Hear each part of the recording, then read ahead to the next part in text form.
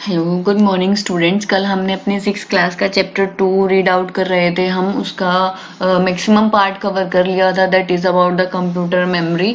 Memory के बारे में हम ये चैप्टर पढ़ रहे थे। हमने मैग्नो रेसिस्टिव रैम तक पढ़ा था, स्टैटिक रैम पढ़ा था, हमने डायनामिक रैम पढ़ा था, मैग्नो रेसिस्टिव रैम हमने पढ़ा था। मैग्नो रेसिस्टिव रैम क्या होता है मैं दोबारा से बता देती हूँ, जो कि इलेक्ट्रिक चार्ज की जगह मैग्नेटिक चार्ज का यूज करता है मेमोरी को स्टोर करने के लिए।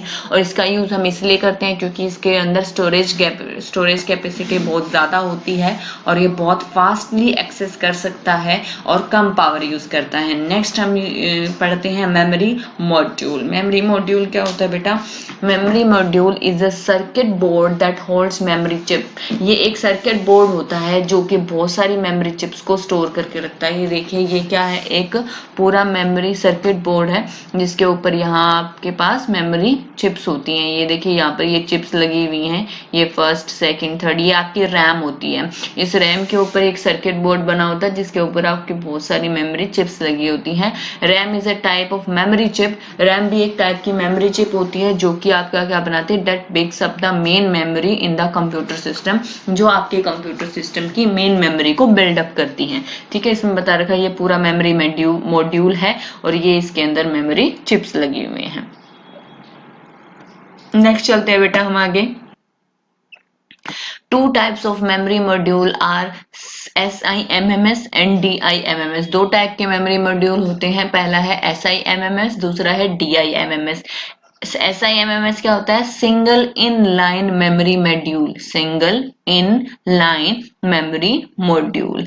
ठीक है, इसको बोलते हैं, इसकी शॉर्ट फॉर्म है SIMM, सिम। ठीक है, has pins on the opposite side of the circuit board that connect together to form a single set of contact. जिसके एक साइड पर पिन होती है। देखिए, जैसे यहाँ पर क्या होता है, एक साइड पर पिन लगी हुई है ताकि इन पिन के थ्रू हम क्या करते हैं, इनको कनेक्ट करते हैं मदरबोर्ड के अंदर। अगर आपने कभी सीपीयू को खोल के देखा हो, आपको मौका मिला हो कभी, तो इसमें क्या होता है, हम आपको देखेंगे कि ये देखो, ये जो मेमोरी मॉड्यूल है, इस मेमोरी मॉड्यूल के अंदर आपका क्या होता है, इस मेमोरी मॉड्यूल के अंदर यहाँ पर एक साइड पर पिन लगी होती है, जिन पिन की हेल्प से हम इनको अटैच करते हैं मदरबोर्ड के अंदर। दूसरा क्या होता है आपका? Dual inline memory module, dual in line memory module. By contrast the pins are on opposite side of the circuit board and do not connect. और ये जो इसके अंदर क्या होता है कि दोनों साइड पर सर्किट के पिन्स होती है जिसको आप कनेक्ट नहीं कर सकते। दस from the two sides of the contact, वो क्या करते हैं, कॉन्टैक्ट के दो साइड बनाती हैं, इनकी एक इस साइड से और एक इस साइड से। नेक्स्ट है बेटा आपका रैम रिक्वायरमेंट्स। रैम रिक्वायरमेंट्स क्या होती हैं? The amount of RAM on the computer determines the amount of program. RAM requirement क्या होता है बेटा कि आपको जितनी कंप्यूटर के अंदर रैम चाहिए, उसका मीनिंग क्या होता है कि वो कितने प्रोग्राम्स और कितने कंप्यूटर के डाटा को एक टाइम पर हैंडल कर सकती है। जैसे मान लो अगर आप बोलते हो कि मुझे 4 GB रैम चाहिए, तो इट मीन्स क्या है कि वो at a time, single time पर, एक टाइम के अंदर 4 GB डाटा को, 4 GB प्रोग्राम्स को, कंप्यूटर के डाटा को एक टाइम पर हैंडल कर सकती है, which affect the overall performance, जो आपके कंप्यूटर की पूरी परफॉर्मेंस को अफेक्ट करती है। ठीक है, a computer can only manipulate data that is in its main memory. Computer सिर्फ वही डाटा को मैनिपुलेट करता है जो कि उसकी मेन मेमोरी में रहता है, यानी कि जो उसकी रैम के अंदर रहता है, उसी डाटा को वो यूज कर सकता है। जो उसकी मेमोरी में नहीं रहेगा वो उसको कैसे यूज करेगा? More the RAM fast the computer will respond. जितनी ज्यादा रैम होगी उतना ही ज्यादा आपका कंप्यूटर रिस्पोंड करेगा, क्योंकि अगर उसके पास मेमोरी ही नहीं होगी, अगर उसके पास डाटा को रखने के लिए जगह ही नहीं होगी, तो वो कैसे लेके आएगा आपके कंप्यूटर में, उसकी प्रोसेसिंग कैसे करेगा? इसीलिए जितनी ज्यादा अच्छी रैम होगी उतनी ही ज्यादा आपका कंप्यूटर ज्यादा फास्ट वर्क करेगा। जैसे कई बार क्या होता है, आपके कंप्यूटर के अंदर स्टोरेज कम हो जाती है, तो स्टोरेज कम हो जाती है तो फिर क्या होता है, वो आपको बोल देता है ना कि भी आपके अंदर इसकी स्टोरेज कैपेसिटी कम हो गई है। जैसे आपके मोबाइल फोन के अंदर भी होता है, आपकी मेमोरी क्या होती है, मेमोरी आपकी खत्म हो जाती है। मेमोरी फिल हो जाती है कंप्यूटर आपके मोबाइल के अंदर, तो वो और ज्यादा स्टोर नहीं कर पाता और फिर वो स्लो वर्क करना शुरू कर देता है। Same with it the computer, अगर आपके मेमोरी कम है और उसके अंदर आपकी स्टोरेज कैपेसिटी फुल हो चुकी है तो वो आपका स्लो प्रोसेसिंग करना शुरू कर देता है। नेक्स्ट है बेटा, नेक्स्ट अलग दूसरे टाइप की मेमोरी पढ़ते हैं, रोम। हमने दो टाइप की मेमोरी डिस्कस की थी, volatile and non volatile. Volatile memory कौन सी थी आपकी, रोम, और non volatile sorry volatile memory थी आपकी रैम, और नॉन वोलेटाइल मेमोरी थी आपकी ROM. ROM is only read only memory. Full form क्या होती है रोम की, read only memory. ROM refers to the memory chip use for storing data that can be read only. आप ROM के लिए, रोम के अंदर जो आपकी चिप्स यूज की जाती हैं वो सिर्फ ऐसी चिप्स होती हैं जिनको आप सिर्फ रीड कर सकते हो, आप उनके अंदर लिख नहीं सकते हैं। The data on the ROM can not be modified. यहाँ पे जो डाटा लिखा होता है रोम के अंदर आप उसको मॉडिफाई नहीं कर सकते, चेंज नहीं कर सकते, सिर्फ आपको रीड कर सकते हो। जैसे अगर आप अपने कंप्यूटर के अंदर लोकल डिस्क सी के अंदर देखो, जो आपका सी के अंदर डाटा होता है आप उनको सिर्फ रीड कर सकते हो, आप उनको चेंज नहीं कर सकते, ना ही डिलीट कर सकते। तो इस तरह का जो डाटा होता है वो आपका किस में रखा जाता है, वो आपका रोम के अंदर रखा जाता है, वो उसको रोम मेमोरी बोलते हैं। आपको रोम एक नॉन वोलेटाइल मेमोरी होती है, जो इसका डाटा अगर आप सेव ना करो चाहे सेव करो वो डाटा लॉस्ट नहीं होता। एक बार जो लिख दिया वो लिख दिया, वो डाटा अपने आप डिलीट नहीं होगा, और जब आप कंप्यूटर को स्विच ऑफ करोगे तो भी वो डाटा उसके अंदर ही रहेगा। ROM chips contain data, instruction और इंफॉर्मेशन। रोम के अंदर रोम की जो चिप होती है उसके अंदर डाटा लिखा जाता है, इंस्ट्रक्शंस और information that can be recorded permanently, जिसको आप परमानेंटली रिकॉर्ड कर सकते हो, जिसको आप परमानेंटली रख सकते हो उन इंफॉर्मेशन को। For example ROM contain the basic input output system. BIOS system जो होता है आपके कंप्यूटर का वो रोम के अंदर होता है। बायस सिस्टम क्या होता है कि जैसे आप जब भी कंप्यूटर को स्टार्ट करते हो, जो बेसिक इंस्ट्रक्शंस कंप्यूटर को मिलती है जब आपका कंप्यूटर स्टार्ट होता है, जो इनपुट आउटपुट को, आपके इनपुट डिवाइसेस को, आपके आउटपुट डिवाइसेस को जो इंस्ट्रक्शन मिलती है कि अब उनको स्टार्ट होना है, काम करना है, आपके जैसे इनपुट डिवाइसेस बेसिक कौन सी है, कीबोर्ड है, माउस है, ठीक है। तो वो जो फंक्शन परफॉर्म होते हैं वो सारे किस में लिखे जाते हैं, आपके रोम के अंदर लिखे जाते हैं, which is the sequence of instruction the computer follow to load the operating system. वो ऐसी सीक्वेंस होती है इंस्ट्रक्शंस की जिनको आपका ऑपरेटिंग सिस्टम कब फॉलो करता है, जब आपका कंप्यूटर स्टार्ट होता है। And other files when you me turn on the computer, और जो भी दूसरी फाइल्स होती हैं उनको कब मिलता है, जब आप उस कंप्यूटर को टर्न ऑन करते हैं, जब आप उस कंप्यूटर को स्टार्ट करते हैं।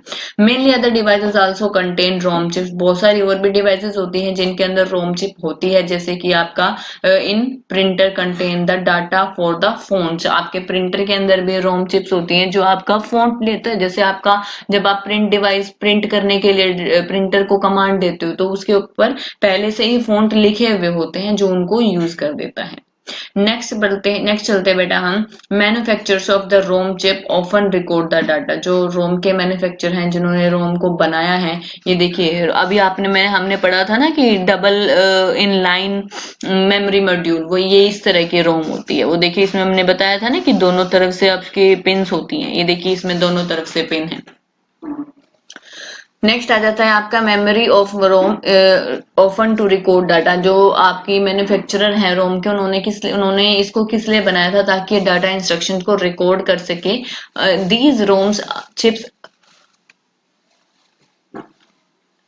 Are also called the firmware. इन रोम चिप्स को हम फर्मवेयर भी बोलते हैं।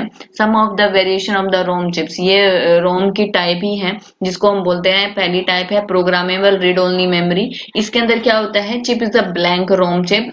ये एक ब्लैंक रोम चिप होती है, यानी कि बिल्कुल खाली होती है। On which you can place the item permanently, जिसमें आप अपने डाटा को परमानेंटली हमेशा के लिए स्टोर करके रख सकते हो। Programs use micro code instruction to program a P ROM chip. वो प्रोग्रामर्स जो होते हैं जो कि इस रोम चिप के ऊपर लिखते हैं, वो कैसे लिखते हैं, वो माइक्रो कोड बहुत छोटे छोटे कोड लिखते हैं इंस्ट्रक्शंस की फॉर्म में, प्रोग्राम्स की फॉर्म में इस चिप के ऊपर। दूसरी है आपकी इरेजेबल प्रोग्रामेबल रोम, ईपी रोम। यानी कि इरेजेबल का क्या मीनिंग हुआ कि हम जिसको इरेज कर सकते हैं। उसके बाद इसकी एक एडवांस फॉर्म आई जो रोम की ही टाइप थी। वैसे तो हमने अभी पढ़ा है कि रोम के ऊपर हम जो भी लिखते हैं परमानेंटली लिखते हैं, सकते हैं, उसको इरेज नहीं कर सकते। फिर इसकी एक एडवांस फॉर्म आई जिसमें हम क्या कर सकते थे, डाटा को एक बार इरेज कर सकते थे, the content of which are erased by ultraviolet light. Ultraviolet light जो होती है उसकी हेल्प से हम डाटा को इरेज कर सकते थे और दोबारा से फिर एक बार उसको रीप्रोग्राम कर सकते थे, दोबारा से फिर से उसको हम लिख सकते थे। नेक्स्ट है हमारा थर्ड, इलेक्ट्रिकली ईपीरोम। इलेक्ट्रिकली ईपीरोम क्या होता है, अनदर वेरिएशन ऑफ पीरोम चिप। ये भी प्रोग्रामेबल रीड ओनली मेमोरी की ही एक अलग से वेरिएशन, एक अलग से ही एडवांस फॉर्म है। क्यों क्या करती है, प्रोग्रामर को erase the micro code with the electrical signal. इसमें हम क्या करते हैं, इलेक्ट्रिकल सिग्नल की हेल्प से माइक्रो कोड्स को, जो इसके ऊपर कोड लिखा हुआ है, उसको हम इरेज कर सकते हैं।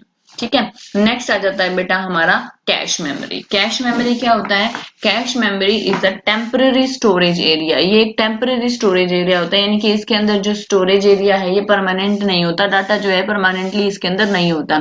For the instruction and the data that enhance the CPU speed. और ये ऐसी इंस्ट्रक्शंस को लिखता है, ऐसी इंस्ट्रक्शन को, ऐसे डाटा को अपने अंदर स्टोर करके रखता है जिनको यूजर बहुत जल्दी जल्दी और बहुत टाइम से यूज करता है। यानी कि जैसे मान लो कि आपको ये एक ऐसी फाइल है जो आप बहुत जल्दी यूज करते हो, बहुत ज्यादा यूज करते हो, तो कंप्यूटर क्या करेगा, आपकी उस फाइल को कैश मेमोरी के अंदर रख देगा, ताकि सीपीयू को बार बार रैम के पास ना जाना पड़े उस फाइल को लेने के लिए। वो सीधा कैश मेमोरी से ही उठा के आपको वो फाइल दे दे, यूजर को वो फाइल दे दे।